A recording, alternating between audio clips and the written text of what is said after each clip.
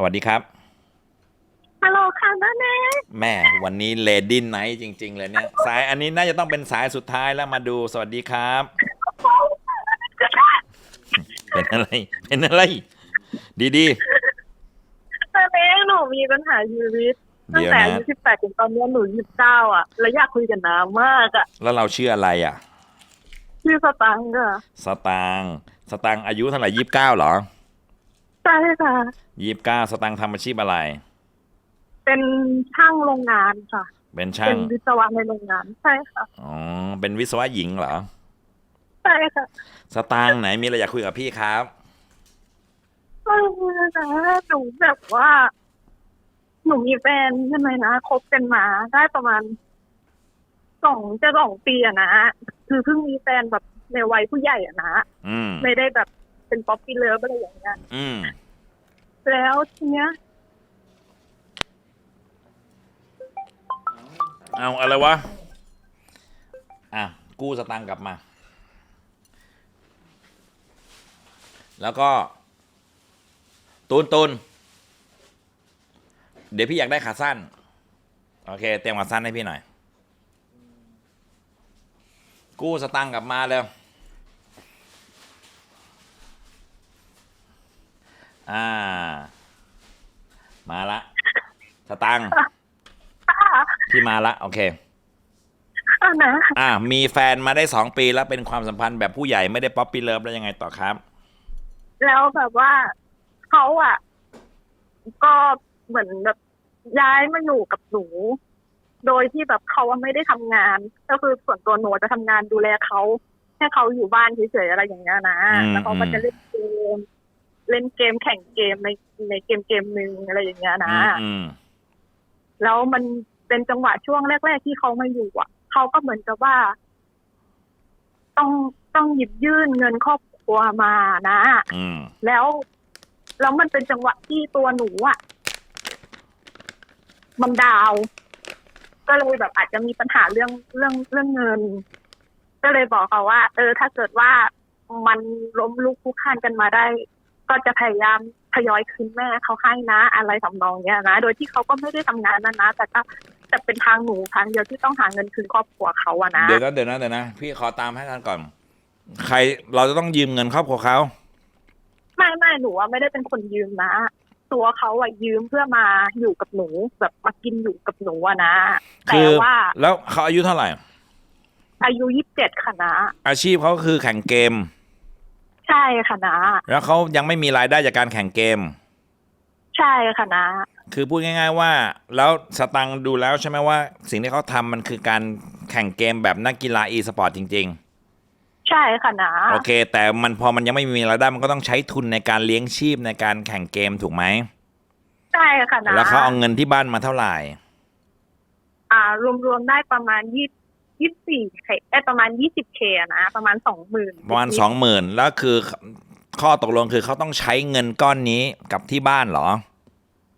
ก็คือตอนแรกก็ไม่ได้เป็นข้อตกลงว่าจะต้องคืนเป็นก้อนนะคือมันจะเป็นการทยอยอะนะแต่ด้วยความที่หนูอะช่วงที่จะมาคบกับเขาอะหนูดาวมาอยู่แล้วไงนะแล้วดาวก็มาคคืออะไรบกับ ดาวคืออะไรดาวคือก่อนหน้านั้นน่ะหนูมีแฟนมาก่อนหน้านั้นอยู่แล้วอืมแล้วแบบว่าหนูเลิกกับเขาหนูก็มาแต่ตัวนะคือเหมือนมาสร้างใหม่ทุกอย่างเลยแบบพวกรถรถอะไรคือหนูทิ้งให้กับคนเก่าไปหมดเลยไงคือพูดนะง่ายๆว่าตอนคบกับเขาไอเราก็ไม่มีไอใช่แฟนเราค่ะก็ไปยืมที่บ้านมา20,000 ใช่ค่ะนะแล้วก็คือที่บ้านเขาก็ไม่ได้สนับสนุนลูกเขาเหรอก็คือตอนแรกอ่ะเหมือนกับว่าเขาอ่ะมีงานของเขาอยู่แล้วที่เป็นหน้าคอมและไอเดียของการมาอยู่ด้วยกันคืออะไรย้ายมาอยู่ด้วยกันเพราะว่าหนูอยากให้เขามาทำโรงงานที่เดียวกันกับหนูเพื่อเราจะได้สร้างครอบครัวด้วยกันอย่างเงี้ยนะเพราะว่ามันก็272829กันแล้วใช่ไหมคือนะหวังว่ามันเขาจะมาทำงานโรงงานที่เดียวกับเราแต่ปรากฏว่าเขาไม่ทใช่ค่ะเขาใช้คำเหตุผลว่าเขาไม่ชอบงานโรงงานำแต่ช่วงที่เขามาแรกๆอ่ะเขามาทำได้อยู่ประมาณ7 เดือนก่อนที่พ่อเขาจะประสบอุบัติเหตุอ๋อแล้วก็กลับเขาเขาก็ไปดูแลเขาก็มาลองทำงานโรงงานอยู่7 เดือนนี่แหละใช่ค่ะแต่ครับถ้าไอ้7 เดือนอ่ะก่อนที่เขาจะกลับบ้านไปอ่ะ เขาให้เหตุผลกับหนูเหมือนกับว่าหนูก็แบบอยากตั้งเป้าหมายกับชีวิตตัวเองว่า ถ้าเราไปกันแบบสามารถทำงานโรงงานแล้วมันมีเงินเก็บไปได้เรื่อยๆอ่ะสิ่งหนึ่งที่อยากจะเอาก่อนก็คือ อาจจะเป็นพวกรถมอเตอร์ไซค์เพื่อเอาไว้ใช้ทำงานอะไรอย่างเงี้ยนะครับ แต่ทีนี้มันกลายเป็นว่าเขาอ่ะเกินตัวเกินคือเหมือนกับว่าเขาคาดหวังที่หนูเกินไปว่าจะต้องเป็นบิ๊กไบค์อะไรอย่างเงี้ยนะครับ มันก็เลยทำให้หนูรู้สึกว่าแล้วหนูว่าเป็นผู้หญิงคนเดียวที่ทำงานอยู่คนเดียวอะนะแบบถึงมันจะเป็นรายได้ที่มั่นคงก็จริงอะนะแต่แบบหนูก็ไม่ไหวไงนะเพราะหนูต้องมีแบบแบกรับภาระหลายๆอย่างอะ แล้วตอนนี้แล้วเมื่อไหร่สิ่งที่เขาทำจะกลายเป็นรายได้ครับ หนูก็ไม่ทราบเขาเลยนะจนแบบเลิกกันไปอะนะเลิกกันไปด้วยคือ ก็เป็นแบบการเลิกกันคือจำนวนเงินเป็นตัวแปรอะนะ เลิกกันเพราะอะไรครับ คือก่อนหน้านั้นอ่ะ ทางโรงงานเขามีแบบเหมือนอนุมัติว่าพนักงานใครที่จะขอกู้เงินอะไรอย่างเงี้ย ครับ หนูก็เลยแบบขอเข้าไปกู้ แล้วหนูก็เลยมาคุยกับเขาเหมือนเป็นการปรึกษาว่าเนี่ยยื่นเรื่องกู้ไปนะแต่เรายังไม่รู้นะว่ามันจะได้เมื่อไหร่ แต่ว่าทางแบบระดับเฮดเขาก็แบบอธิบายมาว่าพี่ต้องดูเอกสารก่อนนะ ดูการทำงานของเราด้วยนะ ดูวันขาดลามาด้วย แล้วก็เราทำงานที่นี่มากี่ปีอะไรประมาณเนี้ยนะครับ เราเขาถึงจะอนุมัติให้ได้ ครั ซึ่ง บ หนูว่าเข้าใจการทำงานของโรงงานอยู่แล้ว แต่เขาอะสัมผัสมาแค่6 เดือนอะ ครับ 6-7 เดือนคือเขาอาจจะไม่ได้รู้ลึกขนาดนั้นเลยนะ ครับ แต่ชีวิตของคนทำงานในโรงงานอะเขาก็ต้องคาดหวังระหว่างเงินสหกรณ์โรงงานกับเงินโบนัสใช่ไหมนะ สุดท้ายก็มีความขัดแย้งกันเรื่องนี้แล้วก็เลยเลิกกัน ใช่ค่ะ แต่มันมีสิ่งหนึ่งคือหนูอ่ะดันมีน้องเข้ามา น้องมาอยู่ด้วยครับ ใช่ค่ะ คือดันมีน้องดันมีน้องมาคือเป็นน้องที่แบบตั้งครรภ์นะ อ๋อคือเรามีลูก ใช่ แหมพี่ก็นึกว่ามีน้องญาติมาอยู่ด้วย โอเค เราท้อง ใช่ไม่หนูเป็นเด็กไม่มีพ่อแม่นะหนูเป็นเด็กกำพร้า ไม่เราเล่าไม่เข้าใจคือเราท้องกับไอ้คนนี้ ใช่นะ เราท้องได้ยังไงอ่ะ เราท้องได้ยังไงอ่ะ คือมันเป็นจังหวะหนูเป็นคนที่ประจำเดือนมันคลาดเคลื่อนนะแล้วคือแบบเราอาจจะป้องกันไม่ดีด้วยแหละนะมันก็เลยทำให้ อ๋อใช้นับ น้องมา เราใช้นับวันเอาไม่กินยาไม่ใส่ถุงยาง ใช่นะแต่ด้วยความที่ว่าเราก็29แล้วไงนะแบบมันโตพอแล้วอะแล้วเราก็มีหน้าที่การงานที่มันโอเคแล้ว แต่ว่าคือณตอนนั้นอะเราก็คาดหวังว่าเฮ้ยถ้าเรามีน้องหรือเรามีลูกอย่างเงี้ย คิดว่าเขาจะดูแลอะไรอย่างเงี้ยนะแต่มันกลายเป็นว่าจังหวะที่เรามรสุมชีวิตมันเข้ามาแล้วมันเป็นจังหวะหนึ่งที่หนูเจอเพื่อนผู้ชายที่เป็นเพื่อนกันเลยนะไม่ใช่เป็นเพื่อนที่แบบว่าเฮ้ยรู้จักกันวัน2 วันอะไรอย่างเงี้ยนะเป็นเพื่อนในโรงงานนะเขาก็พาภรรยาเขาอะไปหาหมอไปฝากครรภ์อะไรอย่างเงี้ยแล้วก็เจอกันบังเอิญที่หน้าโรงพยาบาลหนูก็เลยแวะคุยกับเขาจังหวะนั้นเขาก็เลยเหมือนแบบเป็นการดู GPS ในโทรศัพท์หนูอะว่าหนูอยู่ที่ไหนอะไรอย่างเงี้ยนะเขาก็เลยคิดว่าหนูอะไปท้องกับคนนั้นหรือเปล่าทั้งที่ว่ามันเป็นสถานพยาบาลนะที่เขาเช็คอะแต่คือแบบเขาเข้าใจว่าหนูไปมีอะไรกับผู้ชายคนนั้นเขาก็เลยพูดขึ้นมาว่าเนี่ยถ้าท้องกับกูจริงก็เอาใบรับรองแพทย์มายืนยันอะไรทำนองเนี้ยนะแล้วก็ถ้าเกิดว่าท้องจริงยืนยันได้รอตรวจ DNA ถ้าเป็นลูกกูเดี๋ยวรับผิดชอบถ้าเลี้ยงไม่ไหวส่งมาที่กูอะไรอย่างเงี้ยนะคือแบบบางทีหนูก็ไม่ได้ต้องการอย่างนั้นนะตอนรู้สึกหนูก็แบบว่ามันไม่เชื่อใจกันเลยขนาดนั้นเหรอตลอด2 ปีเกือบ2 ปีที่ผ่านมาอยู่ดูเขาพูดกับคุณว่ากูอะครับใช่ค่ะนะผมอันนี้พี่เคยเห็นแฟนกันพูดกันว่ากูมึงอะพี่ฟังแล้วพี่รู้สึกแปลกๆแต่พี่ก็ไม่อยากไปสารแนตัดสินนะเขาอาจจะสนิทกันน่ะแต่คุณเรียกกันกูมึงแต่วันแรกแล้วอะครับไม่นะแรกๆอะคือใช้คำว่าเธอเขามาตลอดนะแต่พอเวลาทะเลาะกันทีไรอะเขาจะใช้คำนั้นตลอดเลยนะมันก็เลยทำให้รู้สึกว่าพอเขาพูดอะบางทีหนูก็พูดกลับไปอย่างเงี้ยกลายเป็นว่าเขาก็จะไปเล่าให้ทางครอบครัวเขาฟังว่าหนูไม่รักเขาทั้งที่แบบว่าโอ้หนูยอมทุกอย่างเลยนะทำให้เขาทุกอย่างเอาอย่างนี้นะเอาอย่างนี้ถ้าสตังมีภาพของการสัมสอนเที่ยวกลางคืนมีกิ๊กผู้ชายหรือเป็นคนแรดสตังก็มีสิทธิ์ถูกมองแบบนั้นได้แต่ถ้าสตังพบว่าสตังเป็นคนอยู่ในร่องในรอยตลอดการมีใครมาพูดแบบนี้มันคือการปัดความรับผิดชอบครับใช่ค่ะนะเข้าใจความหมายมั้ยเข้าใจค่ะนะโอเคมันคือการปัดความรับผิดชอบ ตอนนี้สตังค์รู้อยู่แล้วว่ามันปัดรับความรับผิดชอบ ใช่ค่ะ แล้วยังไงต่อครับ แล้วมันก็เลยแบบว่าทำให้เราเครียดมาตลอด จนกระทั่ง จนแบบ มันระยะที่หนูเลิกกับเขามาคือจะเป็นเดือนแล้วอะนะแล้วมันทำให้หนูเครียดไงนะถ้าเกิดว่าหนูต้องเก็บน้องเก็บลูกไว้ใช่ไหมแล้วแบบใครจะช่วยหนูดูแลถ้าเกิดว่าเขาไม่รับผิดชอบอย่างเงี้ยนะเพราะว่าหนูก็เป็นผู้หญิงตัวคนเดียวอะนะไม่ได้มีญาติพี่น้องไม่ได้มีพ่อแม่นะ คือแบบทุกอย่างสร้างด้วยมือของหนูเองอะนะแล้วคือแบบพอเขาเข้ามาหนูก็แบบว่าเอ้ยอยากให้เขามาเป็นครอบครัวอะไรอย่างเงี้ยไม่ได้แบบคาดหวังว่า คุณจะต้องมาหาเงินช่วยเรานะคุณจะต้องหาเงินมาให้เราเยอะๆนะหรือว่าคุณจะต้องมาทำอะไรให้เราขอแค่แบบเราอยู่ด้วยกันโดยที่แบบเราไม่ต้องมามีเรื่องเงินเรื่องทองอ่ะโอเคแล้วยังไงต่อครับ มันก็เลยรู้สึกว่าหนูพยายามมีฝ่ายเดียวอะนะแต่ว่าหลังจากเลิกกันไปนั้นหนูก็ไม่ได้แบบว่าไปอะไรกับเขานะไม่ได้ไปเรียกร้องไม่ได้ไปร้องขอบอกว่ามึงจะต้องมารับผิดชอบกูนะอะไรอย่างเงี้ยนะก็คือแบบเขาก็ใช้ชีวิตของเขาก็เล่นเกมของเขาณปัจจุบันตอนนี้นะเขาก็กลับไปอยู่บ้านเขาก็เล่นเกมของเขาปกติของเขาอะนะส่วนตัวหนูก็ยังทำงานของหนูปกติอยู่ก็คือยังมีแบบทำงานOTอะไรอย่างเงี้ยบางทีหยุดตอนนี้เราท้องอยู่กี่เดือนแล้วหรือยังไงตอนนี้เพิ่งได้น้องเพิ่งได้6 สัปดาห์ค่ะนะน่ารักเปล่า น่ารักนะ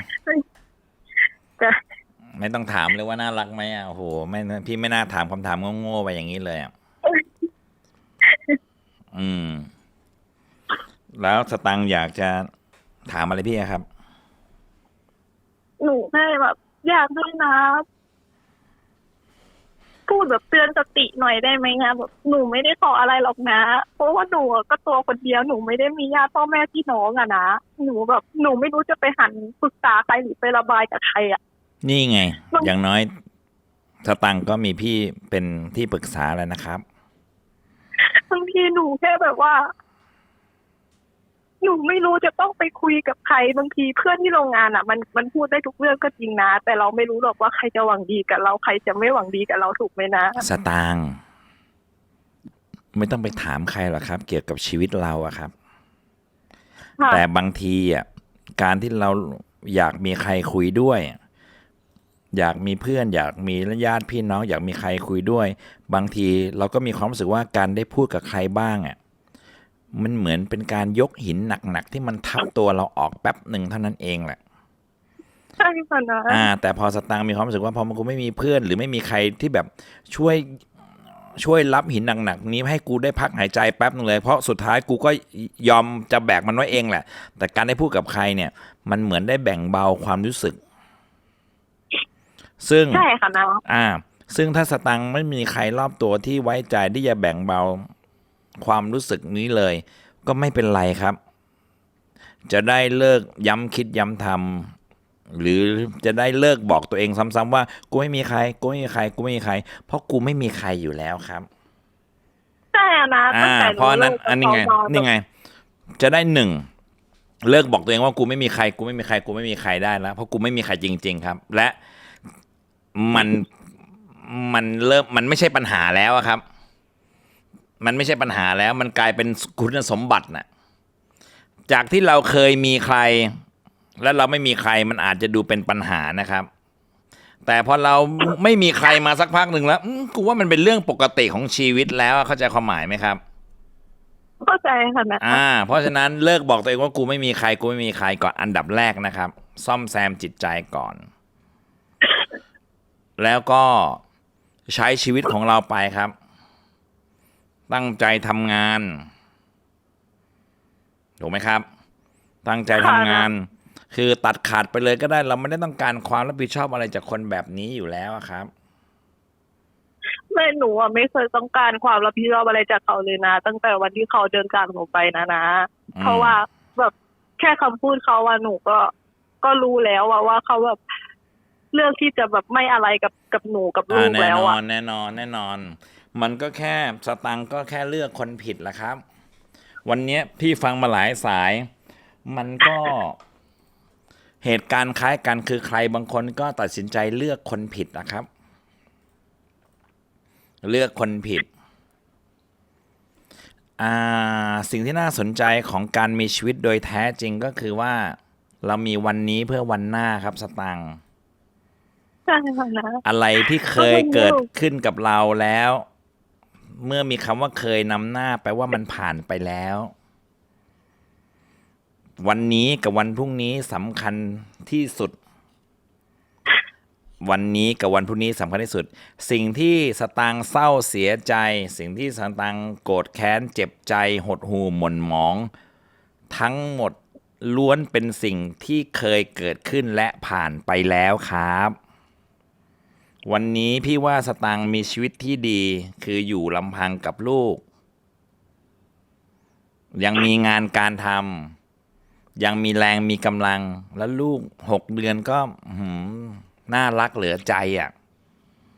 ใช่ค่ะนะหนูยังท้องอยู่ยังได้น้องเพิ่งได้6 สัปดาห์ค่ะ 6 สัปดาห์พูดผิดพี่6 สัปดาห์ไม่น่ารักเหลือใจ นี่คือสิ่งที่สตางค์มี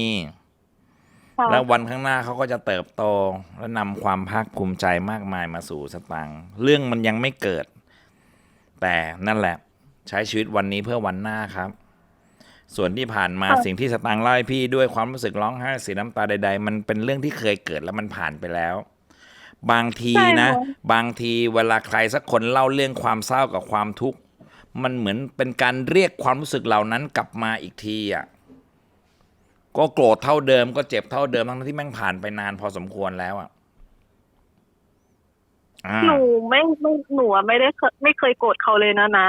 ถึงขั้นว่าเขาทำร้ายร่างกายหนูอะนะจนแบบหนูต้องเสียงานเสียการก็มีนะแต่หนูก็ไม่เคยโกรธเขานะหนูก็ยังแบบให้อภัยเขามาตลอดให้อภัยเขาเสมอ แบบจนเพื่อนที่โรงงานบางคนเขาก็ยังพูดว่าแบบทนได้ไงอ่ะแค่ทำร้ายร่างกายทีเดียวก็แบบไม่เอาแล้วใครจะเชื่อดิใครจะเชื่อว่าอยู่ๆคนแปลกหน้า ที่เราไม่เคยรู้จักอะอะไรก็ไม่รู้ที่ทำให้เราอนุญาตให้เขาเข้ามาในชีวิตเรามาเอากับเรามาตบมาตีเราได้อะ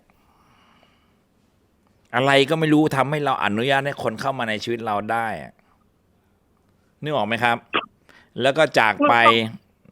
ทิ้งประสบการณ์เลวร้ายทิ้งภาระรับผิดชอบให้เราอ่ะเพราะฉะนั้น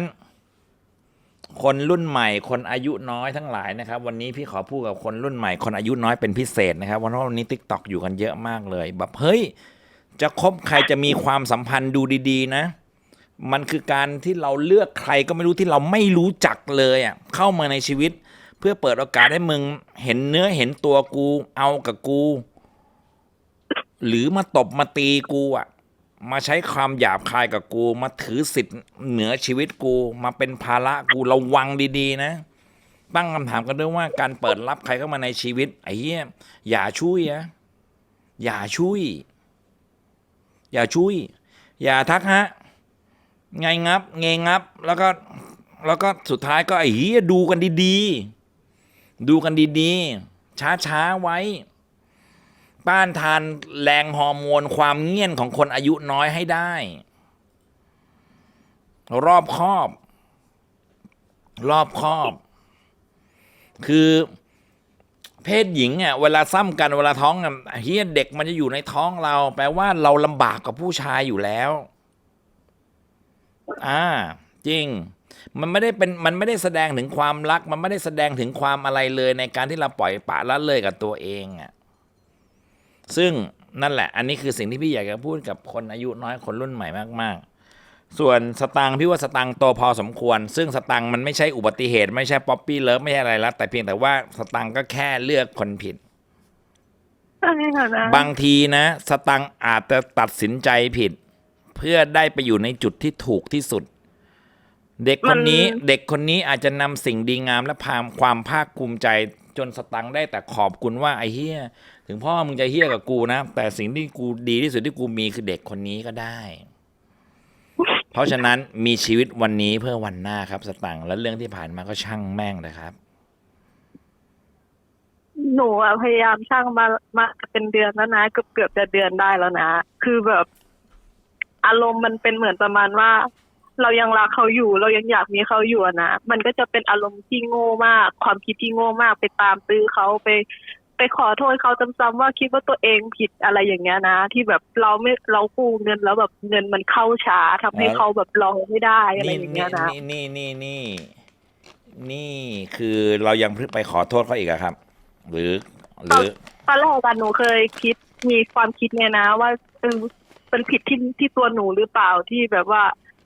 เฮ้ยเรากู้เงินมันได้ช้าทำให้เขาแบบอดทนรอกับเราไม่ได้แบบ